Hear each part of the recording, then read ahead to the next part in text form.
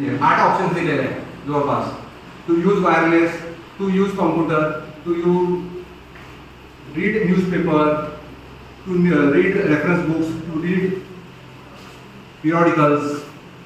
या पद्धतीने सगळं तिथं मेन्शन केलेलं आहे. त्याच्यापैकी एकच सिलेक्ट करायचं तुम्हाला अटेंडन्स देत्या वेळेस. फक्त एक लायब्ररीमध्ये आले तर मित्रमैत्रिणीसोबत आले, तुम्ही फक्त पुस्तक घ्यायला आले असेल तिथे तुमच्यासोबत जे पण आले आहेत त्यांनी अटेंडन्स देणं गरजेचं आहे. लायब्ररीच्या आतमध्ये प्रवेश केला तर तिथे अटेंडन्स देणं तुमचं आवश्यक आहे.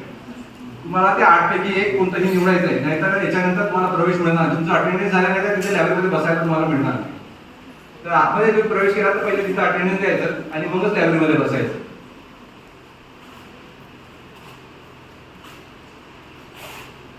हा लायब्ररी सभासद होण्यासाठीचा QR कोड आहे आपला. हा QR कोड स्कॅन करून आपण त्याच्यामध्ये माहिती भरायची. आता बऱ्याच जणांनी माहिती आपलं नोंदणी झालेली आहे बऱ्याच जणांनी. फक्त ज्यांनी नोंदणी केलेली नाही फर्स्ट इयरचे विद्यार्थी, हे सगळे फर्स्ट इयरच्याच विद्यार्थ्यांसाठी बोलवलं मी. म्हणजे हा कोर्स जो असतो तो फ्रेशरसाठीच असतो नसतो.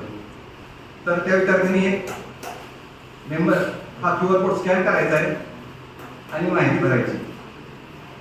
ते माहिती कशी भरायची मी हे सांगणार नाही आहे, कारण की विद्यार्थ्यांनी तिथं स्कॅन केल्याबरोबर आपलं फक्त लायब्ररी स्वतःचं नाव लिहायचं आहे, क्लास लिहायचा आहे आणि स्टुडंट वगैरे काय आहे ते, आणि तुमचा ॲडमिशन रिसिप्ट आणि फोटो त्याच्यामध्ये अपलोड करायचा आहे, ॲड्रेस लिहायचा आहे आणि मोबाईल नंबर.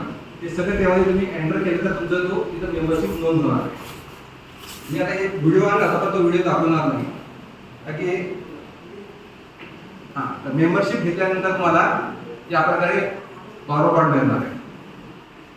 या कार्डवर तुमच्या पूर्ण समोर माहिती लिहायची आहे, पूर्ण नेम, क्लास, ॲड्रेस आणि बॉरोवर सिग्नेचर करायचं आहे. आणि तुम्हाला कार्ड नंबर दिलेला असतो, तो कार्ड नंबर पूर्ण वर्षभरासाठी तुम्ही लक्षात ठेवायचा आहे. आणि पाठीमागे त्या कार्डचे 2 भाग असतात, तर पाठीमागच्या साईडला तुम्हाला आतमधल्या साईडला एक फोटो लावायचा आहे. आता या कार्डवर आपल्याला 2 पुस्तकं मिळू शकतात.